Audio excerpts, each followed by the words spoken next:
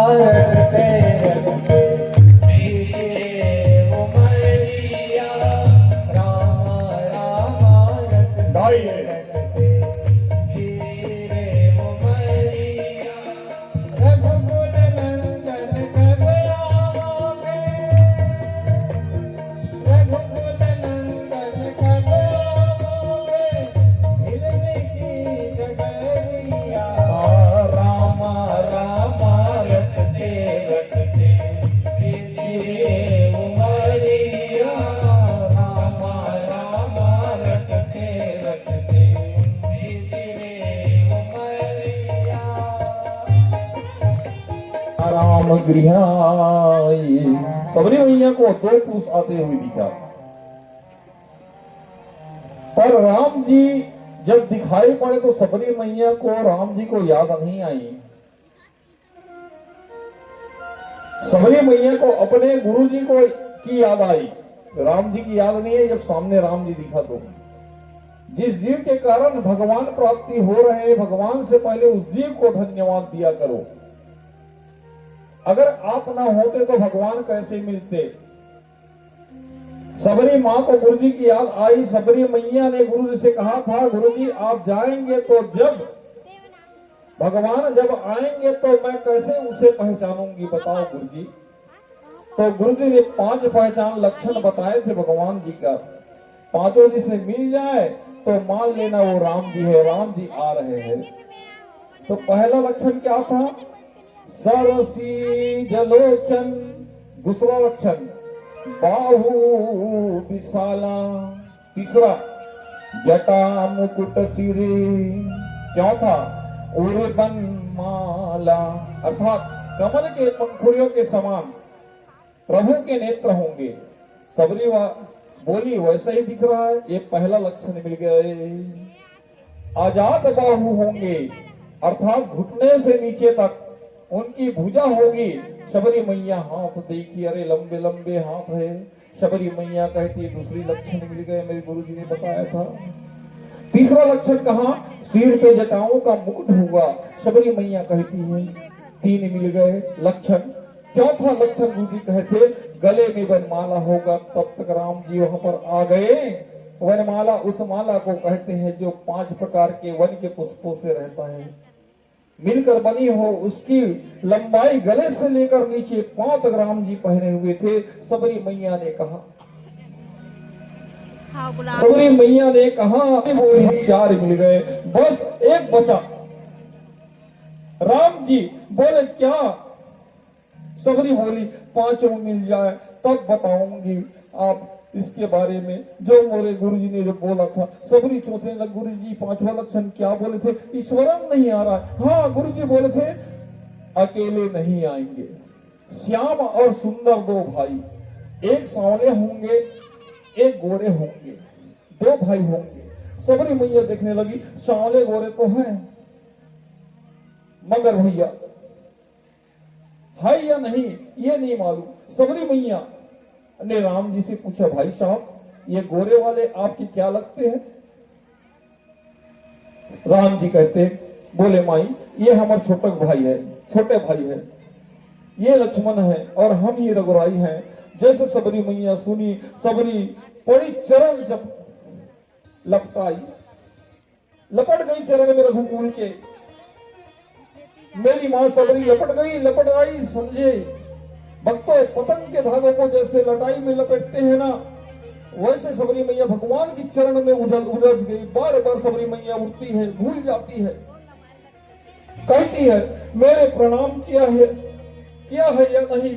बार बार प्रणाम कर रहे हैं मगर प्रणाम किया है या नहीं भूल जाती है सबरी और प्रणाम करती है। कई बार सबरी ने प्रणाम किया। गुरुजी ने कहा था राम जी आएंगे तो बिठाकर 5 पांव को उसको पखारना, सुंदर आसन बिछाना और कहा था भगवान को बिठाना और कहा प्रभु आपकी प्रतीक्षा में कभी रोई नहीं, आंखों में इतना जल भरा कि जिसके आपकी पांव पखारा जा सकता है। प्रभु आज्ञा प्रदान कीजिए। शबरी माता भगवान के चरणों पर सिर को रखकर इतना रोई।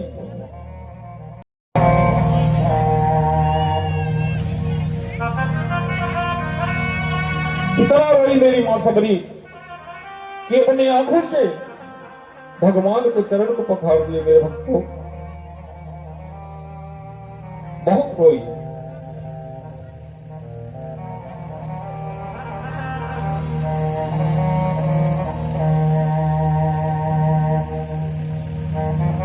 गुरु जी ने कहा था पांव पखारने के बाद कुछ भोजन कराना प्रभु को, कंदमूल फल लाकर खिलाना। लोग कहते हैं ना सबरी मैया ने जूठे बोर खिलाया है। क्या भगत भगवान को जूठे खिला सकते हैं? क्या आप लोग अपने प्रभु को जूठे बोर खिला सकते हैं फल? सबरी ने जूठे बोर नहीं खिलाया।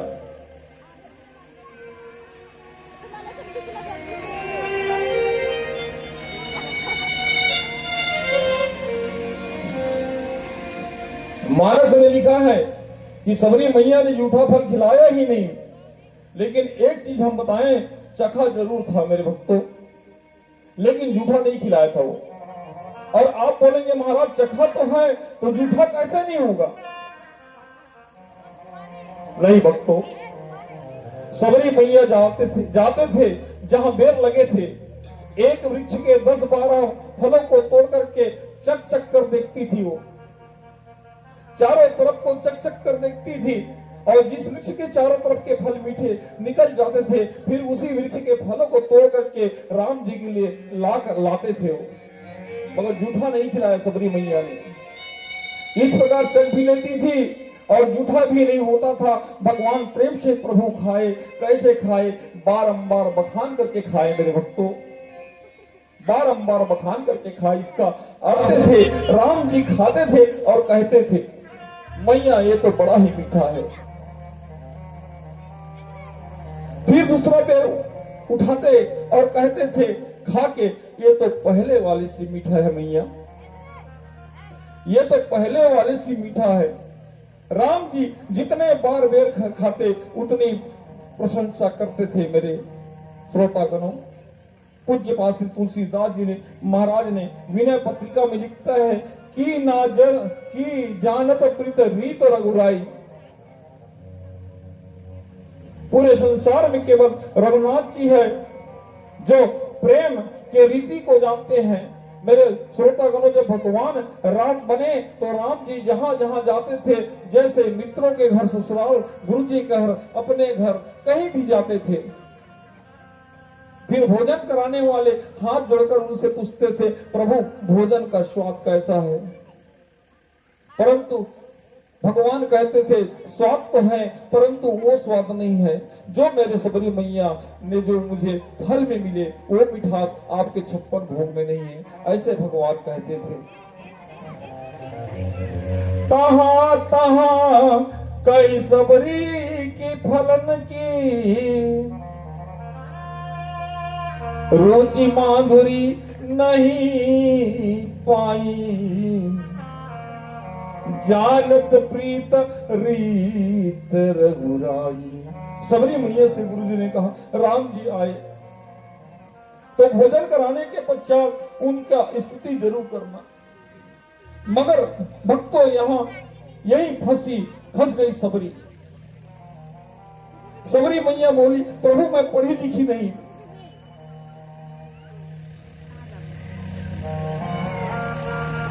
गुरु जी ने कहा था स्तुति करना। सबरी मैया प्रभु से कहता है प्रभु मैं पढ़े लिखे नहीं, अधम जाति की हूं, अधम से भी अधम, हे पाप शत्रु, मैं स्त्री हूं, मैं आपकी स्तुति कैसे करूं?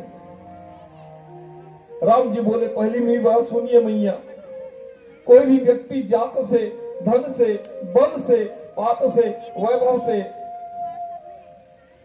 गुण से, चतुराई से अगर बहुत बड़े हो जाए और उसके पास सब कुछ आ जाए, उसके पश्चात भी यदि मेरी भक्ति ना हो उनके पास, तो मनुष्य उसी प्रकार है जैसे बिना पानी का बादल, जिसका कोई अर्थ नहीं होता। मैं केवल भक्ति को संबंध मानता हूं मेरे श्रोता। हे शबरी मैया आप में नवों के नवों भक्ति है। शबरी मैया बोली प्रभु मेरे में भक्ति है? राम जी बोले हाँ चलो बताता हूं, बताते जाता हूं, आप मिलाते जाइए। भगवान ने कहा सबरी से, स्वर से, प्रथम भवती संतन कर संगा, दूसरी रति मम कथा प्रसंगा, गुरुपद पंकज सेवा, तीसरी भगति अमान, चौथी भगति मम गुण गना, करहि कपट तज ज्ञान, मंत्र जाप मम दृढ़ विश्वासा, पंचम भजन सुवेद प्रकाशा, छठम दम शिल विरति बहु करण्या, निरत निरंतर सज्जन धर्मा, सातवा सम मोहि मम जग देखा, मोते संत अधिक कर लेखा, आठवा जथा लाभ संतोषा, सपने हूँ नहीं देखई पर दोषा, नवम सरल सब सन छनहीना, मम भर्यो सही हर सन दीना, नवमहु एक जिन्न के होई, नारी पुरुष सचराचर कोई, मम दर्शन फल परश अनूपा, जीव पाई निज सहस स्वरूपा, सगुन उपासक परहिता, निरत नीत दृढ़ ने, ते नर प्राण समान मम, जिनके द्विज पद प्रेम। पहली भक्ति जीवन में संतों का संग हो जाए, पहली भक्ति आपका हो गया। जीवन में आपने संतों का संग किया। दूसरा, आप 9 दिनों से 13 वर्ष से कर रहे हैं, भगवान की कथा से प्रेम हो गया आपको। ये दूसरी भक्ति है। मान रहित होकर सदगुरु की सेवा करना, ये तीसरी भक्ति है। कपट का त्याग करके भगवान का गुणगान करना, ये आपका चौथी भक्ति है। विश्वास पूर्वक भगवान के मंत्र के जाप करना, ये आपकी 5वीं भक्ति है।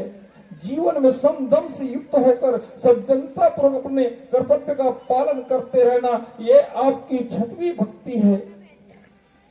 और सबको एक समान सबरी कहती, इस पंपा सरोवर की बिगड़ी हुई जल को शुद्ध कर दीजिए। किसी समय में एक ऋषि ने सबरी को लात मार दी थी, तभी से ये सरोवर जल बिगड़ गया था पाप के कारण। पंपा सरोवर के पास शिव आकर ध्यान करता था। राम जी लोगों को कहते थे, क्या कहते थे, इस जल को शुद्ध करने की शक्ति मुझ में नहीं है। यदि किसी तीर्थ का जल और सबरी के चरण पद की जल से अगर इस सरोवर में अंजलि दिया जाए तो बात कुछ बन सकता है। स्वयं राम जी ने कहा है।